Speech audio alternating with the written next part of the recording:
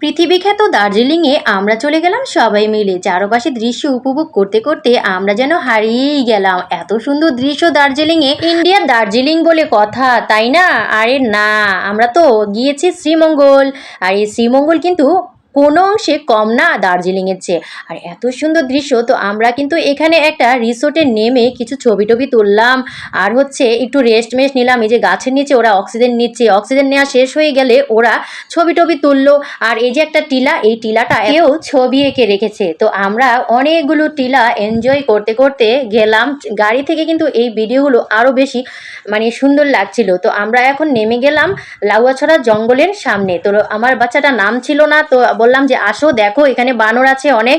তো ওই যে দেখেন বানর এখানে সেখানে ঝুলে রয়েছে। সামনেই ঢুকতেই গেটের সামনে অনেক বানর পাবেন। এখানে বানরদেরকে কিছু খাবার টাবার দিলে ওরা আর কি খায়। তো আমরা এখন ভিতরে ঢুকে গেলাম। জনপ্রতি 100 টাকা করে হচ্ছে টিকিট। তো টিকিটের মূল্যটা আমার কাছে বেশি মনে হয়েছিল। তো আমরা এখানে সংখ্যায়ও বেশি, তো আমাদেরকে বেশি পে করতে হয়েছে। তো এখন আমরা লাউয়াছড়া জঙ্গলের ভিতরে যে ট্রেন লাইন, এইটা হচ্ছে মেন আকর্ষণ। এখানে কিন্তু অনেকেই ছবি তোলে। আর এই জঙ্গলের ভিতরের একটু পর পর এই ট্রেন আসে। 10 মিনিট পর পরই কিন্তু সিলেট থেকে ট্রেনগুলো আসে লাউয়াছড়া জঙ্গলের ভেতর দিয়ে। আর এই যে জঙ্গলের ভেতরের দৃশ্য, অনেক গহীন জঙ্গলে আমরা ঢুকে পড়েছি। তো অবশ্যই কিন্তু হাতে লাঠি নিয়ে নামবেন, তা না হলে কিন্তু সাপের আক্রমণে পড়তে পারেন। যদিও আমার কাছে নর্মালি একটা জঙ্গলের মতোই লেগেছিল। তো আমরা কিন্তু অতটা গহীনে যাইনি। হাঁটতে হাঁটতে সবাই ক্লান্ত হয়ে যাচ্ছিলাম, কারণ প্রচন্ড গরম ছিল। যেহেতু মেঘ করেছে আকাশে, তাই গরমটা একটু ভ্যাপসা ভ্যাপসা লাগছিল। আর বাতাস তো নেই বললেই চলে। আর গহীন জঙ্গলের মধ্যে এই যে একটা বানরটা বসে রয়েছে খালার আনারসের দিকে তাকিয়ে। আর এই যে খালারা, ওনারা বিক্রি করছেন আনারস ভর্তা। খুবই মজার আনারস ভর্তা। ওনারা এক পিস 40 টাকা করে ভর্তা করে দেয়।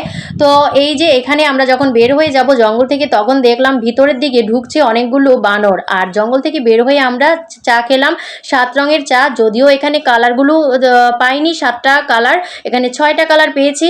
তো তাই খেলাম, মোটামুটি ভালোই লেগেছিল। আর এই যে নাগামরিচের চানাচুর মাখা, ওরা খেয়ে তো হা হু করছে। তো লাউয়াছড়া জঙ্গল থেকে বের হয়ে এখন আমরা চলে যাব কামালগঞ্জের উদ্দেশ্যে। আর কামালগঞ্জের উদ্দেশ্যে যখন যাচ্ছি তখন চারদিকে মেঘ করেছে অনেক, আকাশে প্রচুর কালো মেঘ। তো যেতে যেতে কিন্তু বৃষ্টি অনেকটাই পড়ে গিয়েছে। আর আমরা কিন্তু আসল যে সৌন্দর্য সেটা উপভোগ আর করতে পারিনি, কারণ প্রচুর বৃষ্টি হচ্ছিল। আর তার সাথে তো বজ্রপাত আছেই, অনেক ভয় লাগছিল তখন। অনেকক্ষণ আমরা গাড়িতে বসে থাকার পর এখন এই বৃষ্টির মধ্যেই আমরা নেমে পড়লাম। তো কিছু ছবি টবি তুললাম। আর দেখেন পর্যটকরা কি আর বসে থাকবে, তারাও কিন্তু বসে নেই, ছবি টবি তুলছে। আর এই যে কামালগঞ্জে কিন্তু বৃষ্টির সাথে বজ্রপাত ফ্রি। আর একটু পর পরই বৃষ্টি হচ্ছিল। ওখানে গেলে অবশ্যই শীতের সময় যাবেন। আর এখানে আমরা কিছু ছবি টবি তুলে আমরা চলে এলাম, বেশিক্ষণ ওখানে ছিলাম না। তো আজকের মতো বিদায়, আল্লাহ হাফেজ।